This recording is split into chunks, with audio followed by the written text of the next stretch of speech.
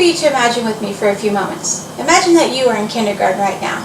Maybe you're hungry and lunch seems very far away, or you're excited because recess is right around the corner and you want to go outside and play. Now I'd like everyone to close your left eye and take a look around the room. Everything seems a little off, doesn't it? You can open your eye now. For Sherry, her world changed just this way one day while she was in class. Can you imagine how afraid she was? She's nowhere near her parents and all of a sudden she's lost half of her eyesight. Or the terrified fear that her parents must have felt when she came home from school and said, "Mom, Dad, I can't see." So being active duty Navy personnel, they rushed her to the Navy hospital. The Navy hospital tried, but unfortunately they couldn't help Sherry. So she was referred to the best eye clinic there was in Florida. That's where her parents were stationed. The eye clinic tried as well, and they couldn't help her either. So then she was referred to St. Jude Children's Research Hospital. Sherry was flown there. Once there, St. Jude Children's Research Hospital, or just more commonly known as St. Jude's, was able to remove the tumor from behind her eye. It did cost her the eye itself, and so she has no vision on the left side, but I feel that by removing the tumor, St. Jude saved her life. And I'm so happy for that because Sherry is the daughter of my godparents, and since this all happened before I was ever born, I would have never met her if they hadn't been able to save her. Why am I even bringing this up right now? This is a business meeting, right? Well, it shows a need. Where there's a need, there's a way to create value. The stakeholder-based approach of value creation by Will Wirtz and Marcel Wiedenbrugge shows how an organization interacts with the different factors. And I know these words are hard to see, but I have them written better on my flip chart. I wanted you to see the shape of the pyramid and also the letters that are in the arrows here. On this one it says bottom-up value creator, and this one says top-down value creation. And the reason that it says like that is because the more that an organization interacts with society, the more society will turn around and interact with an organization, forming a symbiotic relationship. So here's the letters in the pyramid. At the base of the pyramid are customers. It just makes sense that an organization cannot survive for very long without customers. The next level up is employees. If you have unhappy employees, interaction between your organization and customers is going to be awkward and your customers will go elsewhere. Happy employees make your organization better because it makes it better for themselves.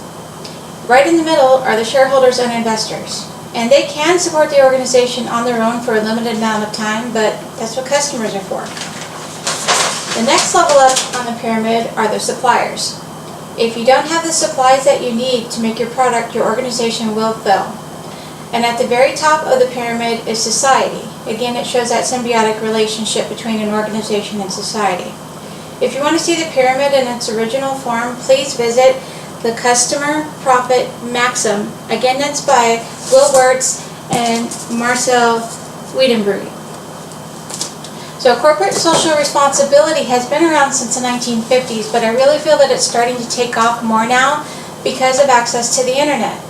The internet allows transactions to happen more quickly, especially financial ones. It also allows research to be done almost worldwide now, where research used to be limited to your hometown and was done mostly by hand in a library or in a city hall where the documents are stored. Scientists have been studying corporate social responsibility. One such scientist, C.V. Bhattacharya, explains that when an organization donates to a nonprofit organization, it does so not just because of benevolent reasons and not just because of their own self-interest, but it's a mix of both. In fact, he says they want to make a difference to a cause, but they also want to boost their brand performance or market share. And Marcel, one of the creators of the pyramid, said, to apply CSR successfully, CSR stands for Corporate Social Responsibility, the concepts, ideas, and goal must be embedded in the corporate culture and the individual minds of the members of such an organization. So another way of creating value is to find out what your customers want. Well, how do you find out what they want? We look at what they're doing. What are customers doing right now? Most of them are online.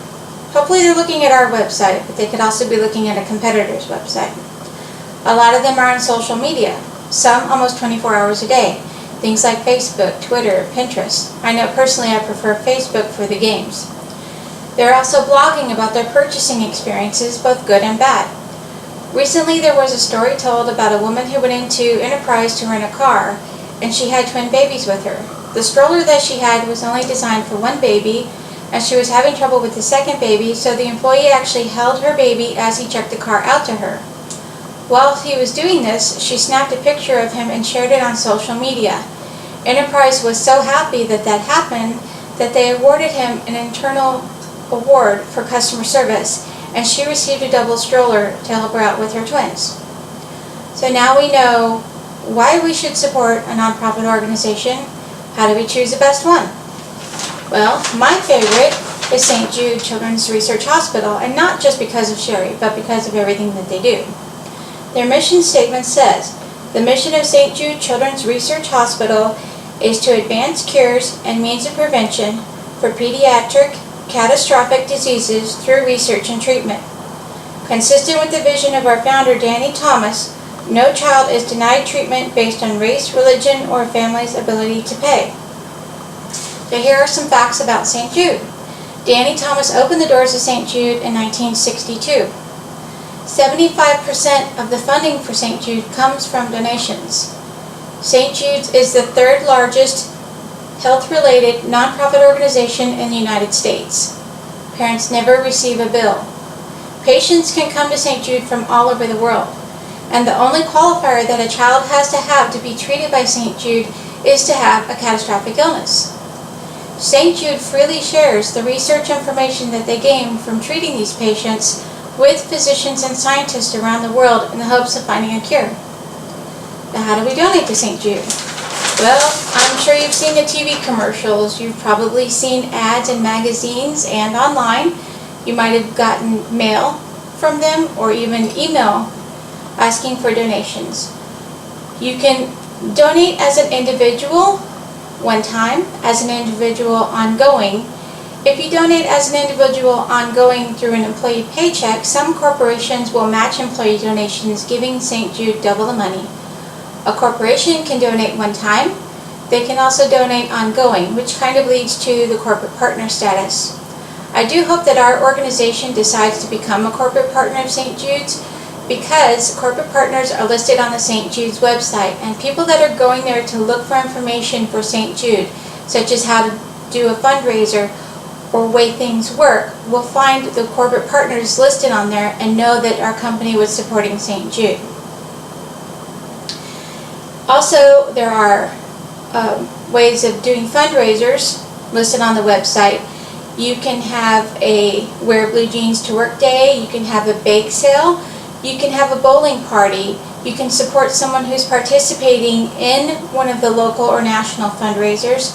On the website itself, which is www.stjude.org, you can sign up to donate your birthday or wedding day as a fundraising day. One of my favorite ways of donating is by having St. Jude as my charity of choice on AmazonSmile.com. That means that every time I make a purchase on Amazon Smile, a portion of what I buy goes directly to St. Jude. I never miss it because it's so easy to do. And I shop on AmazonSmile.com almost once a week for things I need around the house that can't be gotten anywhere else. You can also shop the St. Jude gift shop on St. Jude's website. So all of these ways of donating to St. Jude, so easy to do. But if you need help, please go to the website, or you can come to me and ask me personally, and I'll suggest ways to help you do that.